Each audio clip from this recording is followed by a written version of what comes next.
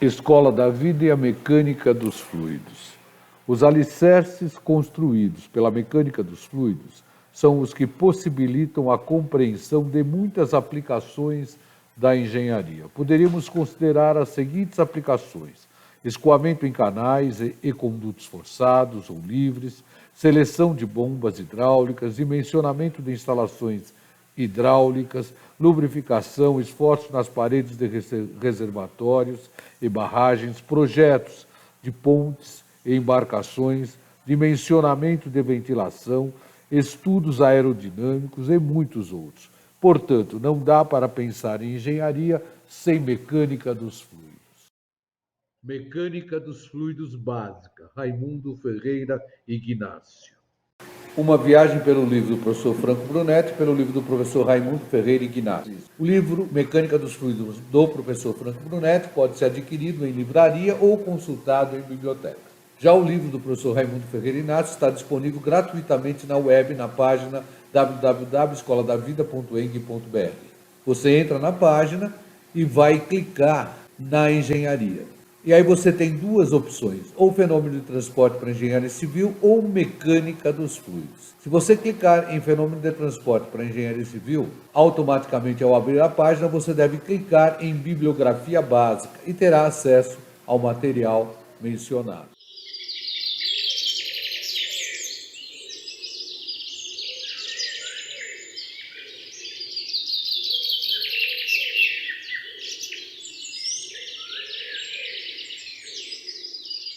Bom, vamos fazer o exercício 5.6 do livro do professor Franco Brunetti. Lembrando que o nosso capítulo 6 é o capítulo 5 lá do livro do professor Franco. Na instalação esquematizada na figura, T é uma turbina e o fluido que escoa é água de massa específica ρ igual a 1000 kg por metro cúbico. A vazão que escoa é de 314 litros por segundo e as pressões em 1 e 2 são respectivamente P1 igual 18 N por centímetro quadrado e P2 igual menos 2 N por centímetro quadrado. Desprezam-se as perdas. Determinar. Item A potência consumida pela turbina. Item B, o esforço segundo X que atua na base da turbina. Adotar G igual a 10 metros por segundo ao quadrado e A1 igual a 0,0314 metros quadrados. D1 igual a 0,20 metros. Aqui está a nossa figura.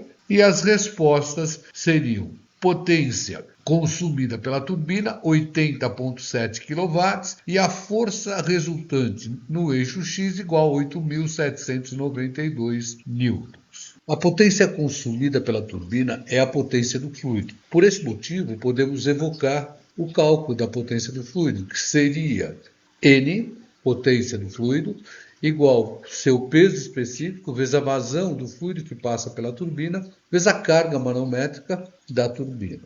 Sabemos que o peso específico é a massa específica vezes a aceleração da gravidade. Como foi dado que a massa específica era 1000 kg por metro cúbico e adotou-se a aceleração da gravidade igual a 10 metros por segundo ao quadrado, concluímos que o peso específico será 10.000 newtons por metro cúbico. A vazão, por outro lado, também vamos trabalhar no sistema internacional. Então, ela foi dada 314 litros por segundo, dividido por 1000, 0,314 metros cúbicos por segundo. Então, precisamos achar a carga manométrica da turbina. Para isso, eu vou lembrar que aqui eu tenho a entrada da turbina, aqui eu tenho a saída da turbina e eu vou adotar o plano horizontal de referência no eixo da tubulação que passa pela entrada. A partir daí, nós vamos aplicar a equação da energia para o escoamento incompressível em regime permanente da entrada à saída da turbina. Lembrando que entre a entrada e a saída da turbina não consideram as perdas, porque as perdas já estão no rendimento da turbina. Então, vamos ficar com a carga total na entrada menos a carga manométrica da turbina vai ser igual à carga total na saída. Ou seja, carga potencial de posição na entrada, mais carga de pressão na entrada, mais carga cinética na entrada, menos a carga manométrica da turbina, é igual à carga potencial de saída, mais a carga de pressão na saída, mais a carga cinética na saída. Ora, o meu Z de entrada vai ser zero.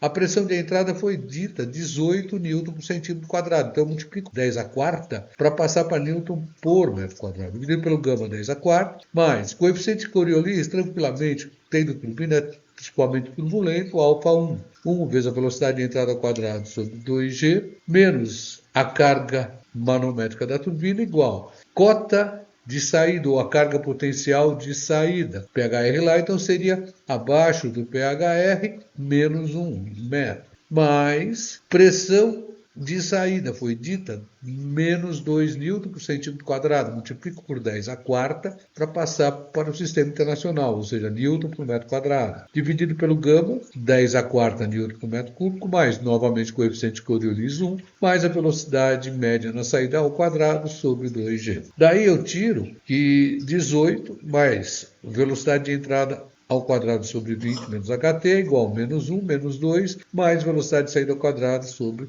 2G. Aí é só procurar achar a velocidade de entrada e a velocidade de saída, já que eu fiquei com 21, passei para lá positivo, 21 mais velocidade média na entrada ao quadrado, menos velocidade média na saída ao quadrado sobre 20, igual a carga manométrica da turbina. Agora basta lembrar o alemão que vá, mas lembre, eu só vou com a velocidade média. Vazão é velocidade média vezes a área. Então eu tiro que a velocidade de entrada é 4 vezes 0,314, que é a nossa vazão. A área, 4 subiu, né? Porque a área é π d ao quadrado sobre 4. 4 subiu. Π vezes 0,2, na entrada eu tenho 0,2 ao quadrado, isso vai dar aproximadamente 10 metros por segundo. E na saída, igualzinho, só que muda o diâmetro para 0,4. E eu vou tirar que a velocidade média na saída seria 2,5 metros por segundo. Dessa maneira, quando eu substituir aqui, ó, eu vou ficar com 10 ao quadrado menos 2,5 ao quadrado dividido por 20, mais 21. Eu vou tirar que a minha carga manométrica da turbina é aproximadamente 25,7 metros. Agora eu já tenho o gama, o Q e o HT, então eu posso calcular. 10 a quarta, sistema internacional, newton por metro cúbico, vezes 0,314 metros cúbicos por segundo, vezes 25,7 metros. Isso está nos dando uma potência igual a 80.698 watts, que o Franco arredondou para 80,7 kW. Dividiu por 1000, ficaria 80,698, ele aproximou para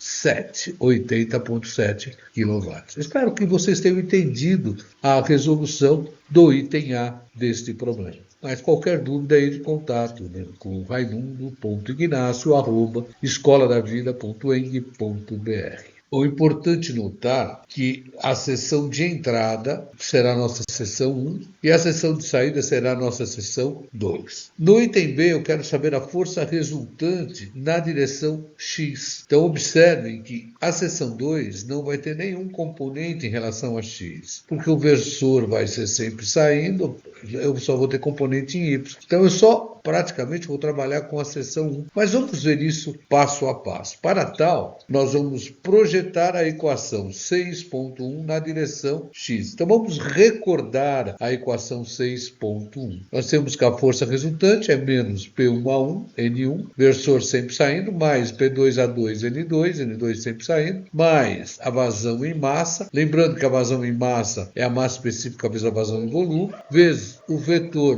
V2 menos o vetor V1, mais o peso do fluido. No nosso caso, nós teríamos esse N1 seria menos 1, que ele está saindo. Não tenho nada em 2 na seção X, não tenho nada em 2 na seção X. Então seria o V1 e o peso é desprezível. Portanto, olha, menos com menos mais, menos com menos mais. Então isso vai ficar que a força resultante na direção X vai ser P1A1 mais QMV1. É só substituir os valores. Pressão 18 vezes 10 a quarta, newton por metro quadrado. A nossa área π, a nossa área 1, π d ao quadrado sobre 4, o diâmetro é 0,2, mais o ρ, que é 1000, a vazão em volume que foi dada, 0,314 metros cúbicos por segundo, vezes a velocidade V1 que nós calculamos, que era 10 metros por segundo. Dessa forma, eu vou tirar que a minha força resultante em relação a X é aproximadamente 8.794,9 N. Observe que tem uma diferença, isso, o professor Franco dá como resposta 8.792 newtons. É que aqui ele aproximou para 0,0314. Eu não fiz aproximação, eu trabalhei com o número π inteiro aqui. Eu espero que vocês tenham entendido, mas novamente afirmo, se tiver dúvida, entre em contato com raimundo.ignacio@escoladavida.eng.br. Vamos para mais um. Vamos partir agora para o exercício 5.14, também do livro do professor Brunetti. O bocal da esquerda tem uma área de 30 centímetros quadrados e lança um jato com velocidade de 10 metros por segundo contra pá. O sistema está em equilíbrio. Qual é a vazão do segundo bocal e qual a velocidade do jato se a área do bocal é 10 centímetros quadrados? O fluido é água com peso específico igual a 10.000 newton por metro cúbico. Está aqui a nossa figura, bocal da esquerda, bocal da direita. As respostas 10 metros por segundo e vazão 10 litros por segundo. Vamos adotar o eixo X nessa direção. Projetar a equação 6.1 tanto na direção X, tanto para a situação da esquerda, quanto para a situação da direita. Então, nós temos aqui a nossa equação 6.1. Lembrem, pressão atmosférica vai sumir, pressão atmosférica vai sumir e o peso do fluido é desprezado. Então, vai sobrar praticamente só essa parte aqui. Então, vamos lá. Com relação à esquerda, 0 porque é a pressão atmosférica, 0 porque é a pressão atmosférica, vazão em massa, vezes. O meu V2 é o cosseno de 60 nesse sentido, então é positivo. E o meu V1 também é positivo, então será V2 cosseno de 60 menos V1. Só que como a área é mantida constante e a vazão é constante, eu sei que V1 é igual a V2, que é igual à velocidade do jato. Lembrando que essa vazão em massa é a massa específica vezes a velocidade do jato vezes a área do jato. Como a velocidade do jato saiu em evidência, eu vou ficar com gama sobre G, que é a massa específica vezes a velocidade do jato ao quadrado, área do jato vezes 1 menos cosseno de 60. Essa é a força resultante da esquerda. Agora vamos para a direita. Para a direita, novamente 0 pressão atmosfera, 0 atmosfera, vazão em massa. V2 cosseno, ele continua sendo positivo. Agora o meu V1 vai estar negativo, vai estar contrário. Então vai ficar menos V1. 0 porque o peso é desprezível. Então novamente gama sobre G, que é o ρ, velocidade do jato da direita ao quadrado, vezes área do jato da direita, 1 mais cosseno de 60. Esse sinal de menos é só para indicar que está contrário ao eixo X. Condição de equilíbrio. A força resultante da esquerda é igual à força resultante da direita. Quando eu faço essa igualdade, e como eu quero achar a velocidade do jato da direita, eu simplesmente coloco gama sobre G desaparece, vai ficar a velocidade do jato da esquerda ao quadrado, vezes a área do jato da esquerda, menos 1 menos cosseno de 60, sobre a área do jato da direita, 1 mais cosseno de 60. Se eu quero a velocidade do jato, vou extrair a raiz, e aí eu vou colocar os valores. Velocidade do jato da esquerda é 10, então 10 ao quadrado, área 30 centímetros quadrados. Não preciso passar para metro, porque aqui, olha, centímetro quadrado por centímetro quadrado desaparece, vezes 1 menos cosseno de 60, sobre 10 vezes 1 mais cosseno de 60. Isso vai nos dar uma velocidade do jato igual a 10 metros por segundo. Essa é a nossa primeira resposta. Agora é lembrar o alemão que vá, só que vazão, velocidade média vezes a área. No caso da vazão da direita, a minha velocidade é 10, que nós achamos, e a área é 10 vezes 10 a menos 4 para passar para metro quadrado. Então eu tiro que essa vazão da direita vai ser 10 a menos 2 metros cúbicos por segundo. Se eu quero em litros por segundo, eu vou multiplicar por 1000. Então a minha vazão da direita vai ser 10 litros por segundo. Eu espero que vocês tenham entendido, mas qualquer dúvida, entre em contato pelo e-mail. Vamos resolver agora o exercício 5.17. O jato de água, considerando água com massa específica igual a 1000 kg por metro cúbico, de área AJ igual a 10 a menos 4 metros quadrados, incide com uma velocidade VJ na pá solidária ao carro, que se move sem atrito num plano horizontal. O carro, ao se mover por ação do jato, reboca um bloco de peso G igual a 20 N sobre um plano inclinado. Se entre a base do bloco, de área 10 a menos 2 metros quadrados, e o plano inclinado existe uma camada lubrificante de óleo que tem uma viscosidade dinâmica igual a 0,1 N vezes segundo por metro quadrado e espessura 10 a menos 4 metros, pergunta-se qual deve ser a velocidade do jato em metros por segundo para que o bloco se se movimenta no plano inclinado com velocidade constante igual a 1 metro por segundo. Está aqui a nossa figura. A resposta dada pelo professor Franco, velocidade do jato 21 metros por segundo. Vamos lá, vamos resolver esse exercício. Primeiro, nós vamos evocar a equação 6.1, já desprezando o peso do fluido. Aí eu fico com a força resultante igual menos ave colchete P1A1N1 mais P2A2N2 mais QM vezes vetor V2 menos vetor V1. Não podemos esquecer que aqui o nosso carro tem movimento, então nós iremos trabalhar com velocidade relativa